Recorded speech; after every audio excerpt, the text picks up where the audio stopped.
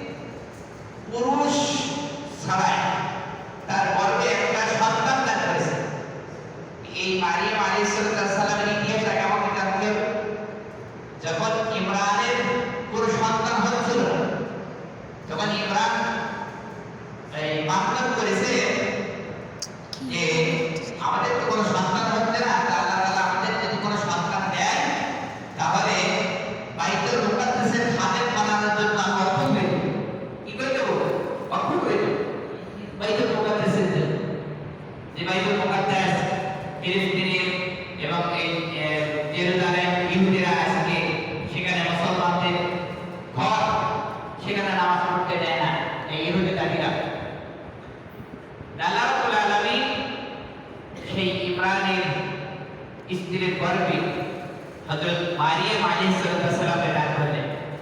তো মারিয়াম আলাইহিস সালাম পৃথিবীতে যখন জন্মগ্রহণ করেছে তখন তার পিতা ইমরান এবং তার স্ত্রী মারিয়ামের মা তখন বলতেছে, আরে হে রব, তুমি আমাদের কি সন্তান দিয়েছো, কি দিয়েছো?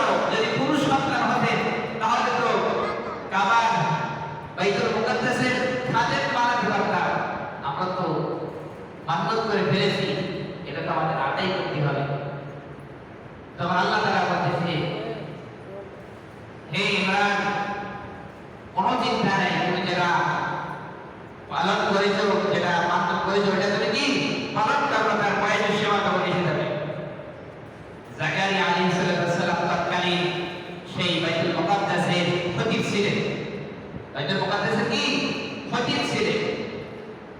আল্লাহ রাব্বুল আলামিন এই মারিয়াম আলাইহিস সালামের চেহারা এত সুন্দর চেহারা দিয়েছিল যে তাকে দেখলে আরেকবার দেখতে মন যেত, এত উজ্জ্বলতা চেহারা আল্লাহ তাকে দান করেছিলেন। তার পিতা মাতা সে আল্লাহর হুকুমে যেটা মেনেছিলেন, ঠিক সেই অনুযায়ী ওই বাইতুল মুকাদ্দাসের পাশে একটা ঘর নির্মাণ করে দিয়েছে। সেই ঘরটা কি হলো, এত সুন্দর পরিপাটি করে ঘরটা নির্মাণ করছে, ওই ঘরের ভিতরে কেউ পাশ দিয়ে উঁকি মেরে তাকাতেও পারবে না, ওর ভিতরে কি আছে কি না আছে দেখতেও পারবে না। সবাই জানে যেখানে কি মারিয়াম আলাইহিস সালামকে বক্ষ করা হয়েছে, সে এক খাদিম হবে, ঝাড়ু দিবে, সব কিছু দেখতে করবে। প্রতিমধ্যে হঠাৎ করে মারিয়াম আলাইহিস সালামের বাবা হযরত ইমরান ইন্তেকাল করেছে। ইন্তেকাল করার পরে একজন সন্তানের যখন বাবা মারা যায়, তখন তো তার দেখভালের অনেক সময় ঘাটতি পড়ে যায়, তাই না? ঘাটতি পড়ে যায়। তৎকালীন সময় হযরত জাকারিয়া আলাইহিস সালাম আল্লাহর পয়গম্বর, বাইতুল মুকাদ্দাসের খতিব ইমাম, সবার কানে কানে এই ঘোষণা পৌঁছে গিয়েছে যে পিতা তো মারা গেছে, কিন্তু তার দেখভালের দায়িত্ব নেবে কে?